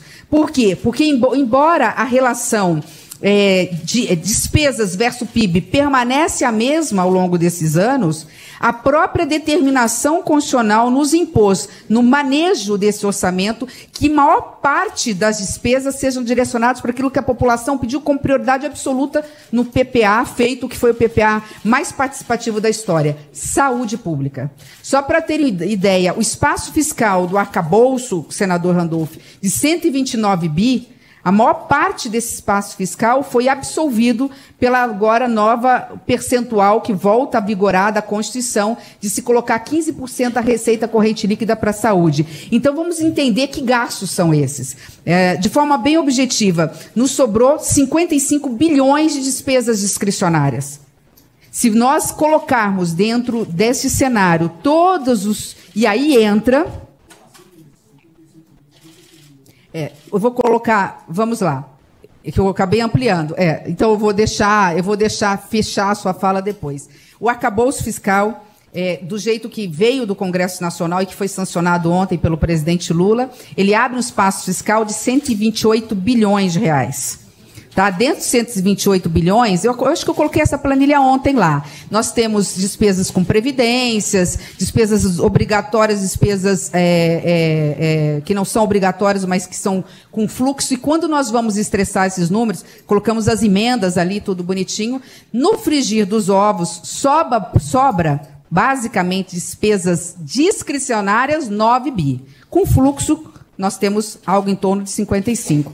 O que eu quero dizer em relação, só para fechar o dela, depois a gente pode voltar numa pergunta que você possa fazer, em relação à questão da esteira, é que embora a esteira da despesa esteja mais lenta que a esteira da receita em velocidade, o ministro Haddad está precisando colocar na velocidade 120 km por hora, e nós estamos aqui a 60 km por hora, é que neste ano de 2023 nós estamos muito mais preocupados no rearranjo orçamentário de garantir, já que temos que gastar e investir, que esse investimento vá para aquilo que efetivamente seja necessário. Saúde, educação, construção de casas populares, investimentos necessários. Isso tudo para dizer o seguinte, eu não posso adiantar, estou com a relação aqui, mas quando a gente olha o lado das despesas discricionárias, praticamente os ministérios estão ficando exatamente com o orçamento de 2023. Eles quase não acresceram. Quem ganhou em discricionária? E ganhou muito. Quase 150%. Quase 140%. Saúde.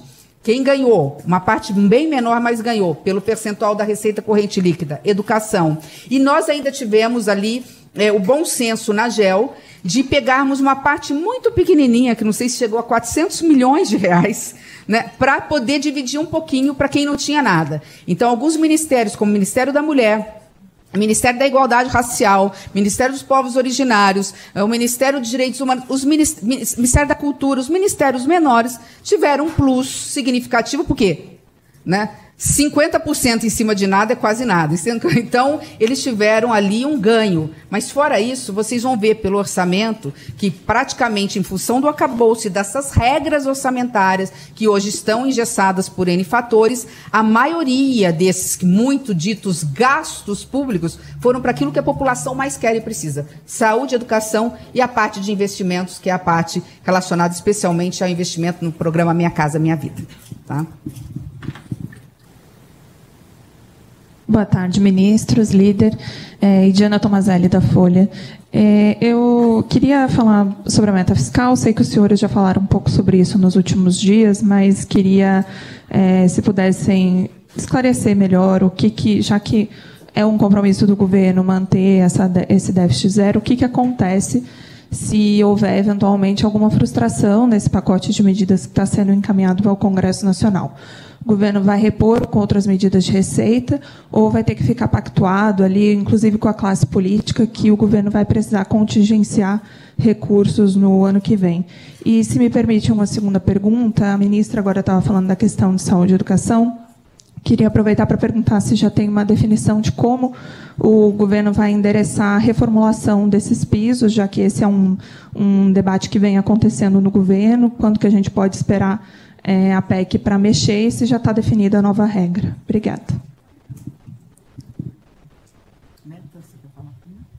Olha, não foi discutida a meta de primária com o presidente desde quando foi apresentado antes do envio para o Congresso Nacional. Foi a única reunião que tivemos com o presidente sobre esse assunto, foi em meados de março, em que foi apresentado o arcabouço fiscal para ele e foi endereçado para o Congresso Nacional em abril, com o aval do presidente da República. Então, não houve nenhuma outra reunião com o presidente da República a esse respeito. Ele está acompanhando acompanhou a tramitação do arcabouço no Congresso Nacional, e o Congresso Nacional aprovou regras adicionais no arcabouço que regem a execução orçamentária. Então, tá lá que foi sancionado pelo presidente. Se ele discordasse do que foi estipulado pelo Congresso sobre a execução orçamentária, ele teria vetado. Então, você tem as regras lá no arcabouço fiscal de como você vai acompanhar a execução orçamentária.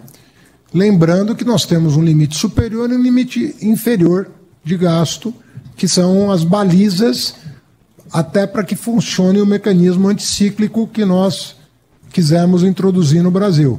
Você tem um crescimento mínimo, que é praticamente o crescimento que havia quando havia teto de gasto, que é compatível, inclusive, com a evolução do crescimento demográfico brasileiro, e você tem um teto que um teto de 2,5%, não importa quanto a economia ande bem. Você tem um teto justamente para que você restabeleça alguma disciplina, a disciplina que se perdeu de 8 anos para cá. Então é isso. Nós estamos comprometidos com aquilo que foi sancionado pelo presidente da República.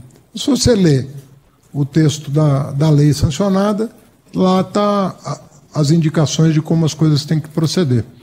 Obviamente que o governo vai lutar para ter as receitas suficientes para não ter que contingenciar, uma vez que você não tem ali muito espaço para cortes. Mas é lei, né? Então aquilo ali vai ter que ser cumprido na forma do que foi aprovado. As regras de contingenciamento estão estabelecidas na própria lei complementar. E de forma muito rígida, eu diria.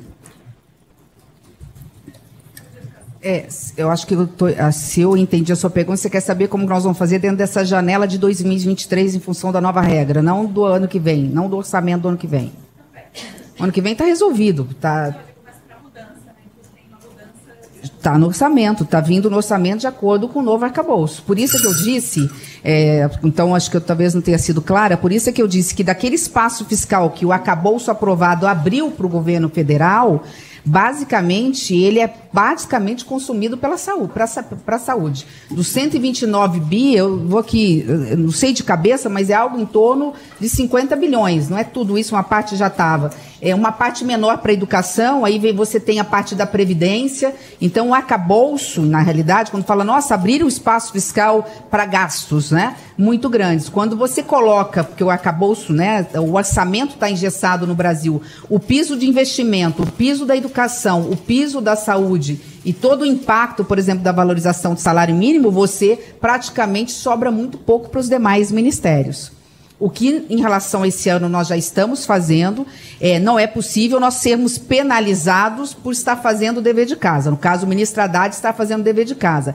Havia uma determinação constitucional, nós aprovamos no Senado no passado, de mandarmos um novo arcabouço até o meio do ano, 31 de agosto. O ministro mandou, o governo mandou em abril, e que seria aprovado até o final do ano. Foi aprovado dia 31 de agosto. Aí gerou uma dúvida, como é que faz, uma vez que o arcabouço começa a vigorar a partir desse ano, com os pisos da educação e da saúde. Isso é um outro questionamento que está sendo levantado pela nossa equipe. Nós estamos muito tranquilos em relação a isso. O direito, ele não exige o impossível.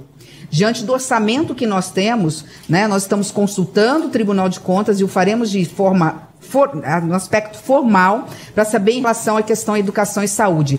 Se tivéssemos que aplicar o piso da educação e saúde, ainda que proporcionalmente esse ano, significaria, muitas vezes, shutdown em relação a alguns ministérios. Só para ter uma ideia, você pega o Ministério do Esporte, quanto discricionário ele tem? Se fosse atender a educação, teria que cortar praticamente tudo. E assim se refere ao Ministério da Mulher, da Igualdade Racial, dos Direitos Humanos, estou falando dos ministérios menores. Então, diante da impossibilidade fática e jurídica, né, a nossa interpretação é: o teto de gastos vigora até o final do ano para efeito orçamentário, para as regras de 2023. O orçamento, afinal, foi aprovado ano passado. O orçamento de 23 nós estamos executando e foi aprovado ano passado. Então, assim, de forma bem objetiva, para 2024, absolutamente tranquilo, já está lá, vocês vão saber os números.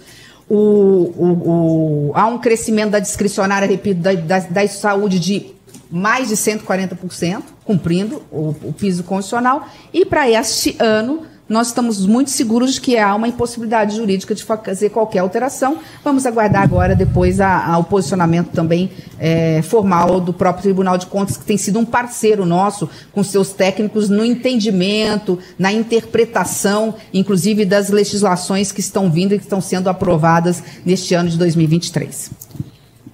Pessoal, última pergunta, hein? Boa tarde. Boa tarde. Pode ser para a penúltima, então, para ajudar o pessoal do fundão. Eu queria fazer uma pergunta para o ministro Haddad, acho que a ministra Simone também pode responder, mas com essa expectativa de esforço arrecadatório adicional de quase 1,7% do PIB, o senhor não teme que as empresas se descapitalizem, reduzam sua programação de investimento e, no final, acabe tendo o efeito inverso ao que o senhor deseja de com uma maior confiança fiscal, gerar uma maior atividade econômica. Então, o senhor não teme que as empresas botem o pé no freio porque vão ter que pagar mais impostos no conjunto dessas medidas, seja por negociação, seja por essas outras medidas tributárias como a de hoje. Então, minha pergunta primeira é nessa direção. A segunda é sobre o veto que foi feito no arcabouço hoje, que tira aquele bloqueio de vocês poderem descontar despesas da meta fiscal. Já há uma interpretação de que isso abre a porta para a contabilidade criativa, como foi feito no passado, e eu queria entender se há uma intenção de usar esse dispositivo, então, de usar algum dispositivo de desconto da meta fiscal, como já fizeram, inclusive, nas estatais. E queria fazer só um apelo, não é pergunta, um apelo para a ministra liberar, porque acho que falo por todos os colegas aqui, liberar os dados do orçamento antes, mesmo com o embargo, porque imagino que o líder Randolph aqui, que é do Congresso, não vai se incomodar, o presidente Pacheco viajou. Congresso, e eu falo pela lei, depois eu descumpro a lei de responsabilidade fiscal. E só completando, não posso. Assim, só completando, ainda não foi formalmente entregue para o Congresso, então é impossível ter qualquer publicação. Mas logo vai chegar, fiquem tranquilos. Até amanhã de manhã, todos terão acesso tranquilamente, vai estar no site do Congresso. Antes do ministro falar, eu peço desculpas. Vocês conhecem a Constituição melhor do que eu. Eu, como advogada, não tenho nem condições de alegar desconhecimento da lei. Então, eu não posso nem alegar, né, perante a Justiça depois que eu não conhecia a lei. Eu não posso, por uma questão não só de formalidade. Acho que em nenhum momento na história se passou o orçamento para a imprensa antes de oficialmente. Oi? Não, mas a apresentação significa vocês terem conhecimento antes das autoridades constitucionalmente têm o direito de receber. Eu preciso oficialmente entregar, né? Eu peço desculpas, mas eu não vou entregar para vocês. Formalmente, assim que sair da Casa Civil e chegar no Congresso Nacional, os senhores vão ser os primeiros a saber, me comprometo junto com a equipe técnica da Fazenda. Assim que nós soubermos, nas 17, foi protocolado lá, nós avisamos todos vocês, vai estar no sistema oficial e vocês vão ter informações. Os grandes números, os que eu pude passar, eu já adiantei na apresentação de ontem, é público, né? Acho que já saiu, inclusive alguém na imprensa comentou alguma coisa. Pessoal, vamos deixar para a entrevista técnica. Deixa o ministro responder e depois eu vejo aí no aspecto jurídico uma outra informação que, tendo sido vazada, eu possa confirmar. Mas nada de novo, já estou determinando a minha equipe técnica, nada de novo vai ser apresentada antes do Congresso Nacional receber. Peço escusas. Eles têm uma vedaçãozinha de um documentozinho chamado Constituição. Então, só por isso. Olha, respondendo a tua pergunta, eu acho que vai ser bom para as empresas. Uma empresa poder transacionar, limpar seu balanço, é uma coisa que muita gente vai aderir. Ninguém é obrigado a fazer transação com a Receita Federal nem com a PGFN. Se ele não quiser se descapitalizar e se financiar com o dinheiro da Receita, como às vezes acontece, ele vai poder. Eu penso que não vai ser vantajoso para ele fazer isso. Vai ser muito mais vantajoso ele fazer a transação e se financiar da maneira adequada, não com o imposto que ele deveria ter pago, e se financiar com a queda do juro no sistema financeiro. É estranha a ideia de que não pagando imposto devido é bom para uma empresa estruturar o seu plano de investimento. E eu acho que tanto o CARF quanto a nova transação, tanto da PGFN... Olha, a PGFN bateu recorde de transação esse ano, com toda a insegurança em torno do CARF, porque nós restabelecemos um padrão de diálogo com o contribuinte, justamente para que ele possa resolver o seu passivo. Agora, eu conheço empresas que distribuíram centenas de bilhões de reais de dividendo o ano passado, com um passivo tributário que poderia ter sido pelo menos parcialmente pago. A partir do momento que a empresa tem uma vantagem, eu não posso citar nomes, mas a partir do momento que a empresa tem uma vantagem tributária na negociação, na transação, você está dando a ela a possibilidade de deixar o seu balanço em ordem, né, e de Até porque não precisa pagar, ela não precisa pagar à vista. Eu posso ter uma carteira de transação, eu posso securitizar essa carteira, né? Se eu precisar antecipar recebíveis. O fato é que eu tenho que ter mecanismos modernos de gestão da dívida ativa. Porque tudo isso é dívida ativa ou pré-dívida ativa, né? Quando ela ainda não está inscrita, né? Mas você tem aí alguma coisa em torno de 5 trilhões de reais que precisam de uma gestão diferente. Se o Congresso Nacional está dando para nós a possibilidade de fazer a transação de forma pública, moderna, seguindo parâmetros objetivos, levando em consideração a capacidade contributiva, qual é o problema? Eu não vejo razão. No caso dos fundos, você vai pagar por estoque, por adesão. Eu acho que, se eu fosse gestor de fundos, eu recomendaria adesão para o detentor das cotas do fundo. Agora, aquilo que se paga de rendimentos, aquilo que se paga de imposto pelo rendimento do exercício, isso não vai de maneira nenhuma ser prejudicado porque uma pessoa está pagando imposto. A mesma coisa que eu dissesse, poxa, você paga imposto de renda, né? Mas por que você não para de pagar o imposto de renda e consome o imposto de renda que você deveria ter pago? Não seria melhor para a economia você sonegar o imposto de renda e pagar e comprar coisas no mercado? Isso não vai fomentar a economia? Não faz muito sentido, porque tanto na questão do fundo fechado, quanto na questão do offshore, quanto na questão das transações, do próprio CARF, quem é a pessoa que, se perder no empate, vai deixar de pagar o principal, sendo que a lei estabelece que juro e multa está afastada? Você vai dizer que isso é ruim para o contribuinte? Bom, se é ruim para o contribuinte, por que a OAB e a Brasca estavam na mesa de negociação e fizeram esse acordo? Então, eu penso que é uma visão que não corresponde à intenção do que foi remetido para o Congresso Nacional. Não é essa a intenção. A intenção é quase um desenrola, o que nós estamos fazendo para o grande devedor. É quase um desenrola o que a lei do CARF está propondo. Agora, se ele não quer desenrolar a vida dele com a Receita, ele vai seguir o rumo dele. Se ele tem certeza de que ele está certo na causa dele, ele vai seguir para o judiciário e vai se defender no judiciário como costuma fazer. Então, mas vai ser benéfico. É um desenrola para o devedor.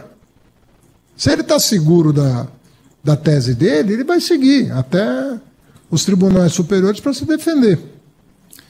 Se ele está inseguro, ele vai ter um grande estímulo a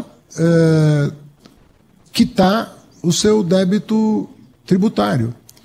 E isso vai melhorar a condição de crédito dele.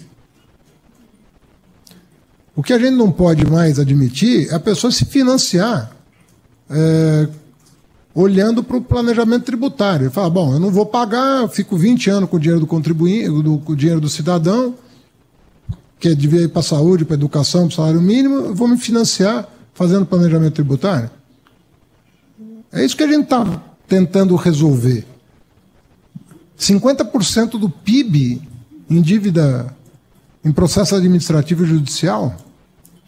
Isso, obviamente, teve grande responsabilidade do fim do voto de qualidade, que acabou acarretando esse represamento das decisões. Mas nós estamos liberando agora esse processo. Eu garanto para você o seguinte, a maioria dos contribuintes que puderem vão se desenrolar junto à Receita. Vão sentar com a PGFN e com a Receita Federal e vão quitar os seus débitos.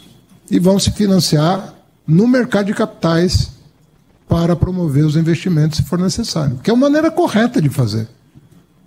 Não é se financiar no Tesouro Nacional. Se financia no mercado de capitais, que é robusto no Brasil, que é a maneira correta de planejar os seus investimentos. Pessoal, do veto, boa pergunta. Esse veto, é porque na LDO tem um dispositivo que já vem desde 2023, que permite um encontro de contas de precatório. E a gente não queria tirar da LDO isso, porque isso dá uma flexibilidade para quando você tem um encontro de contas para fazer. Não tem nenhuma outra intenção que não seja essa, de continuar permitindo um encontro de contas quando você está nos dois polos de uma relação de crédito e débito. Você faz um encontro de contas. Isso aconteceu, por exemplo, no caso do Campo de Marte.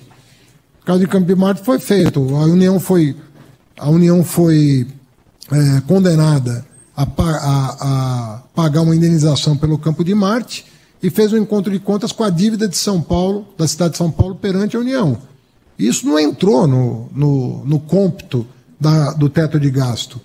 Então, é em função exclusivamente tanto é que não foi uma decisão política, veio da área técnica o pedido para que a gente não engessasse esse mecanismo que pode ser útil em determinadas circunstâncias.